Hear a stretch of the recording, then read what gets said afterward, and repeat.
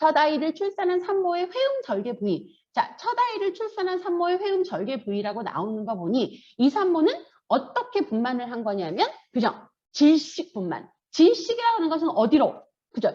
질 쪽으로 자연 분만을 한 사례입니다. 그래서 이제 자연 분만을 한 산모는 병원에 분만을 하러 가서 분만의 중기 단계에서 아기가 나올랑말랑 하는 우리가 배림이라고 하는 이 표현을 쓰지요. 그래서 이제 배림이라고 해서 아기가 자궁경관이 개대된 끝에 머리가 보일랑말랑 하면서 밖에서 확인했을 때 아기가 지금 나올 준비가 거의 다 되어 있는 분만이기에 분만을 빨리 진행하고 회음을 터뜨리는, 그러니까 회음의 열상을 예방하기 위해서 국소 마취제를 주고 고기를 의도적으로 절개해주는 시술요법이에요. 그래서 이제 의사들이 거기다가 이제 손을 좀 대고, 손가락을 대고, 거기다가 이제 마취약을 넣어서 국소 마취를 하고, 고기를 절개해가지고, 회음을 열어서 애가 빨리 분만돼서 난산 진행되지 않고, 거기가 열상으로 터져가지고 나중에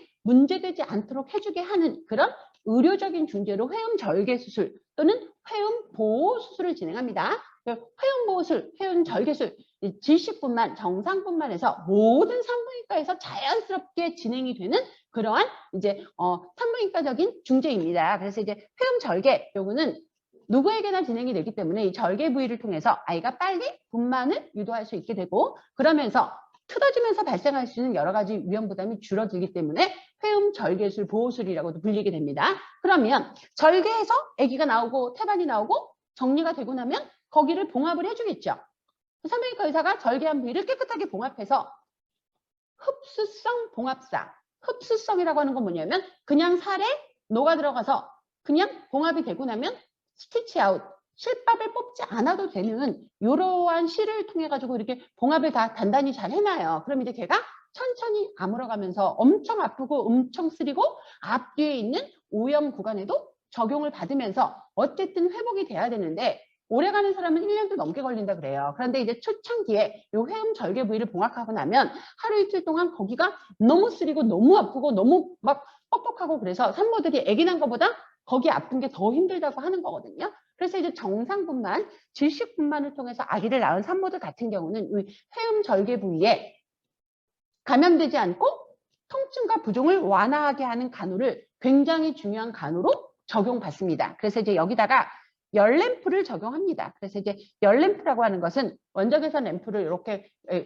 그 회음 부위에 한 50cm 정도 떨어진 구간에서 쪼개 해가지고 순환을 촉진하고 새살이 빨리 날 수 있도록 해주는 이런 열 램프를 적용하고요. 그 다음에 아침 저녁으로 병원에서 좌욕이라고 하는 이제 감염 예방 차원의 부종이나 통증 완화 차원의 간호 중대를 진행합니다. 이 좌욕이라는 것은 끓인 물에 앉아서 20분 정도 이렇게 충분히 순환될 수 있도록 부종과 통증을 완화시켜주는 부분 목욕의 한 방법이죠.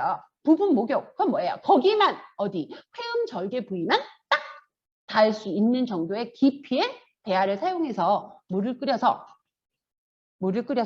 따끈할 정도, 그러니까 45도 정도 되는, 45도보다 조금 낮은 온도, 요 정도 되는 그 온도에서 회음부를 닿게 해가지고 이제 회음부를 통해서 순환되고 지저분한 물질들이 밖으로 다 이렇게 배출되고 할 수 있도록 해주는 회음부를 통증과 감염에서 예방해 줄 수 있는 부분 목욕에 굉장히 좋은 방법이 좌욕입니다.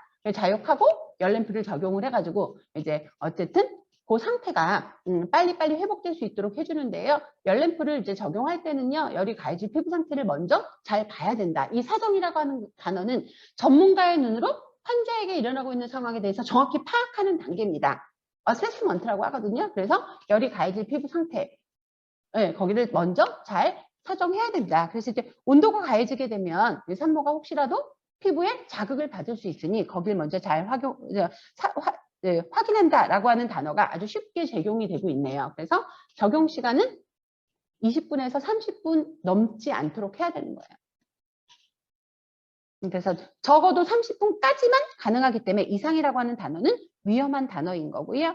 그 다음에 이렇게 이제 열램프 적용하고 이렇게 이제 열램프가 잘 가해지게 하기 위해서는 누워서 무릎을 구부리고 회음부가 노출될 수 있게 되는 배횡 배횡와위, 배횡와위라고 하는 그런 체위를 설정해 주죠. 배횡하위는 여러분 이제 기본간호 그 체위 쪽에 굉장히 많이 설명이 되고 있거든요. 그래서 이제 기본간호 체위 쪽에 똑바로 누워서 베개 베고 똑바로 누워서 무릎만 구부린 상태로 회음부가 열램프에 딱 이렇게 이제 보여줄 수 있도록 이렇게 이제 그 체위를 취할 때가 배횡와이라고 하죠. 그래서 배횡와이라고 하는 이런 체위를 취한다는 거 여러분들이 기억하시면 좋고요. 요거 자욕과 열램프 적용, 산욕 기간 동안에 초기에 산모의 감염과 통증을 예방하는 좋은 부분 목욕과 치료 방법으로 알려져 있습니다. 척추 손상으로 하반신 마비가 온 79세 B씨의 하지 관절 운동에 대한 거.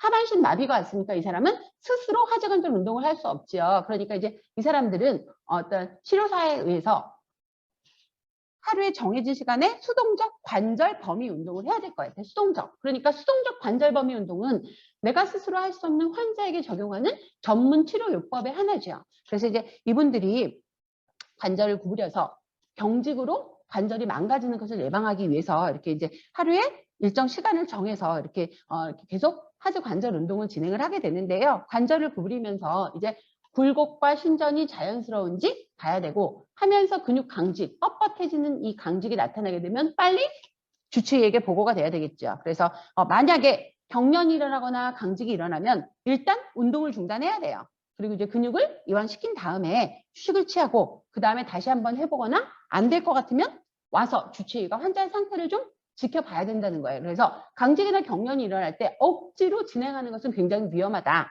여러분들이 혹시라도 수동적 관절 가동 범위 운동을 혹시 돕는 일이 있을 수 있어요. 병원에 가게 되면.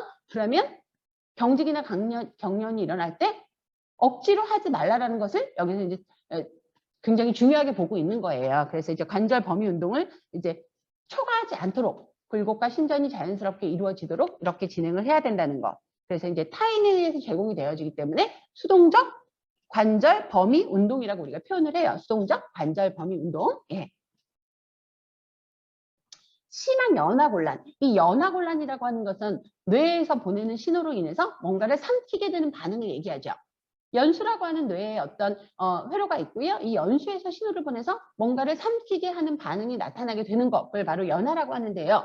이 연화곤란은 뇌회로에 문제가 있어서 음식을 삼키지 못하는 환자에 대한 진단명이지요. 연화곤란이 심해가지고 음식을 삼키지 못하니 이 사람의 영양은 결국은 뭐를 통해서 위까지 도착하는 카테타, 카테타는 관을 얘기하거든요. 이 카테타를 통해서 영양을 제공해야 되는 방법으로 가능하다는 거죠. 그래서 심한 연화곤란이 있는 거, 뇌졸중이 있거나 후유증, 뇌합병증, 후유증으로 또는 파킨슨이 심해서 음식을 삼키는 것에 굉장히 이제 무리수가 따르게 되면 질식의 위험 부담이 있으면 어쩔 수 없이 우리가 영양을 제공해야 되니 위에다가 관을 삽입하죠.